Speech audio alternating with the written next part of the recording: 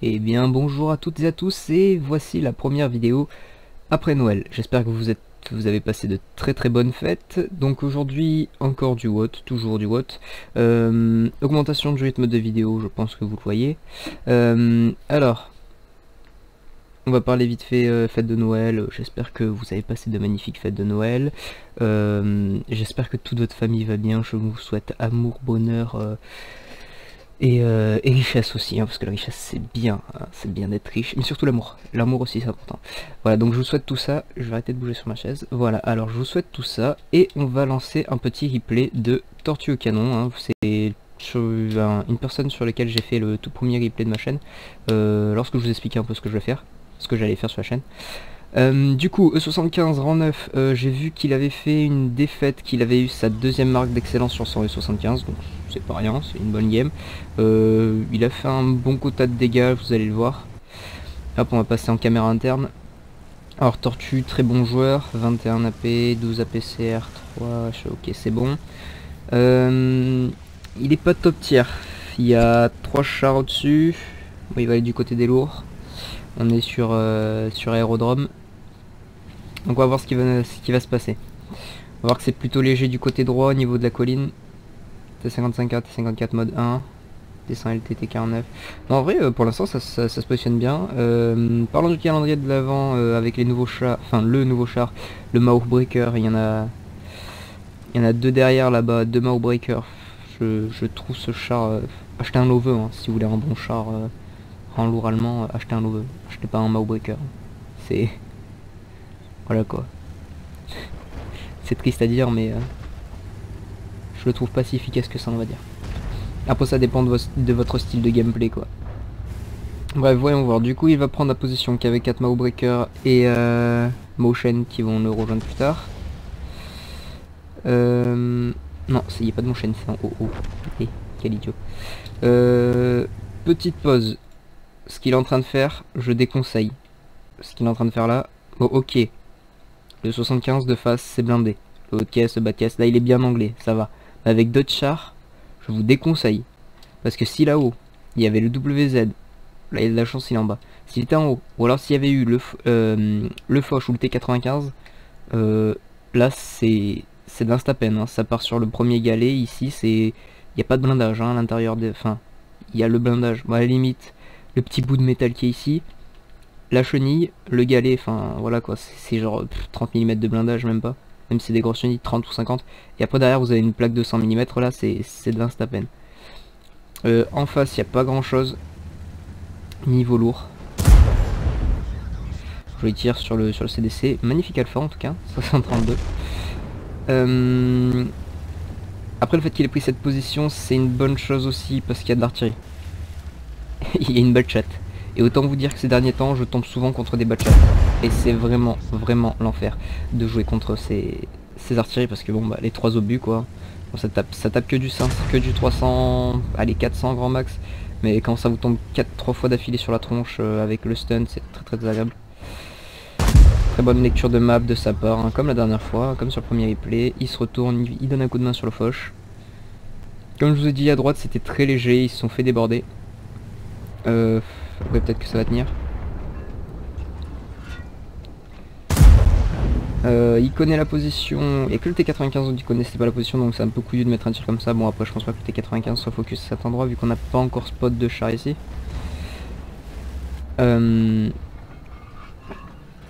toute façon là il laisse ses alliés en lourd push, ça sert à rien qu'il s'y mette, il va plus gêner qu'autre chose. La Syrie doit certainement être focus sur ses alliés. Là peut-être tourner la tourelle à droite, parce qu'il y a quand même T44 en 1305. Bon, le T44 on s'en fiche un peu, mais le 1305 s'il lui met 3 obus dans le flanc de tourelle ça peut faire très mal. Ah déjà 2000 points de dégâts.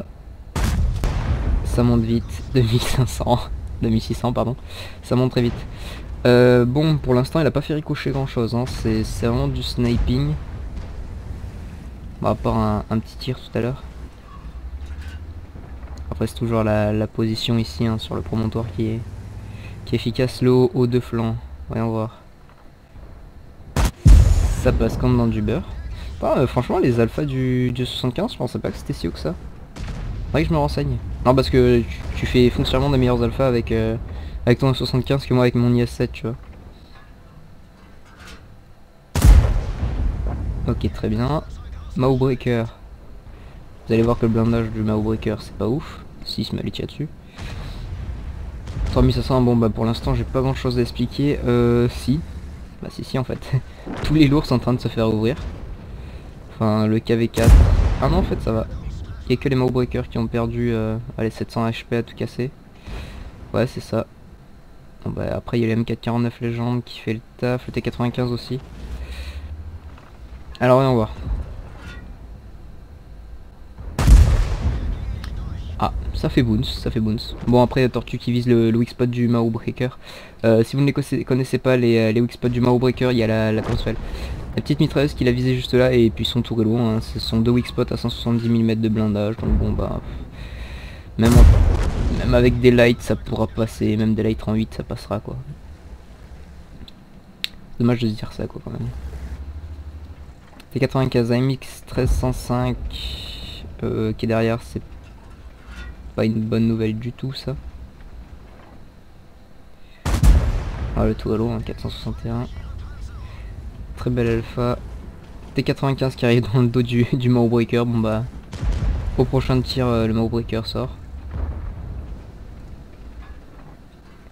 Enfin c'est le T95 option de tir. Même pas besoin de viser. STRVS5 qui est un petit là. Ah ça y est. L'artillerie. Petite artillerie 1305. Non putain la bachat. Désolé. Et voilà. Et ça c'est le début de la fin. Quand elle commence à vous focus, ça t'en va de bon. Excusez-moi mademoiselle, c'est vrai que vous êtes casse-boule mais un peu sec. 5735 points de dégâts. C'est du snipe hein, concrètement.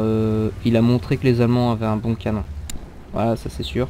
Ils sont plus que 2 contre 6. Il y a toujours moyen de le faire. Alors après malheureusement je sais que c'est une défaite. Ah le tourello, pourquoi t'as fait le tourello? Ça serait passé en bas de caisse là. 1305. Ah voilà, qui commence à tirer. 1305 qui... Ah bah c'est le KV4 qui va sortir. Ah vous gênez pas toi le KV4. Ok très bien. KV4 qui a tiré non. Moi je pense que le replay va se finir dans pas longtemps. Vu ce qui commence à arriver sur le pauvre tortue. Bon après le KV4 qui est en train d'en bouffer et genre... KV4 il est en mode bombe, allez-y qui est en mode bombe, bah voilà. Il n'y a plus de KV4. En même temps T95 quoi. Bon bah du coup bah là c'est quasiment joué quoi. Hein. Il reste quand même encore pas mal de HP mais il peut plus faire grand chose. À la limite s'il arrive à... Ah non il a pas réussi à se bloquer. 1305. Ça c'est fun. Oh le ramming du T95. Ouf. Et la fin de notre cher tortue. Bon bah du coup c'est une défaite. Mais bon c'est comme mon replay avec le T10 quoi. T'as réellement fait du sniping. Après c'est bien. Tu t'es servi d'un élément de gameplay. Tu t'es servi de ton canon. T'as fait énormément de dégâts. Y a pas de souci. T'as sorti le... T'as aidé du côté droit alors que c'était léger. C'était la chose à faire. Après c'est ben... Tes lourds qui ont pas fait grand chose. Par exemple le JPE 100 j'ai pas vu énormément de 1000 tomber de ce côté là. Surtout qu'il aurait été vachement utile contre le T95 ou contre le VZ quoi. 1305 en face qui a fait un taf de malade quand même, hein, un 7 kills. Le mec il a nettoyé tout le côté droit, il est parti ici, il a nettoyé les TD, il a nettoyé les artis, et il est venu finir le travail sur les chars lourds.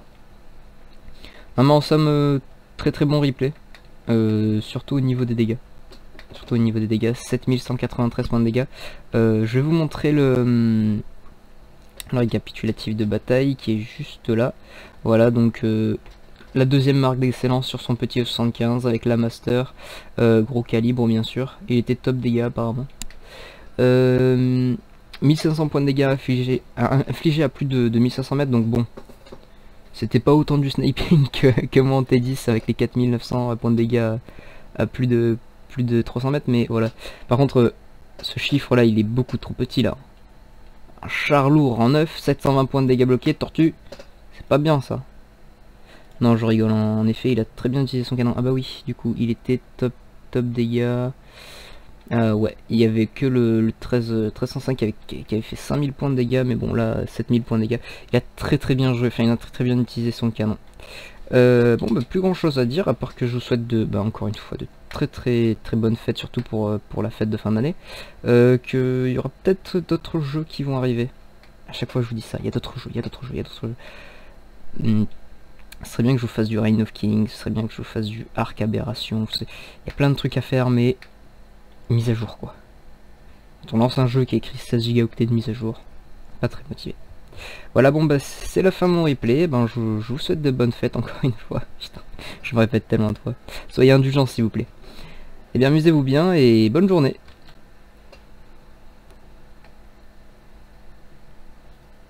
Et bonne journée.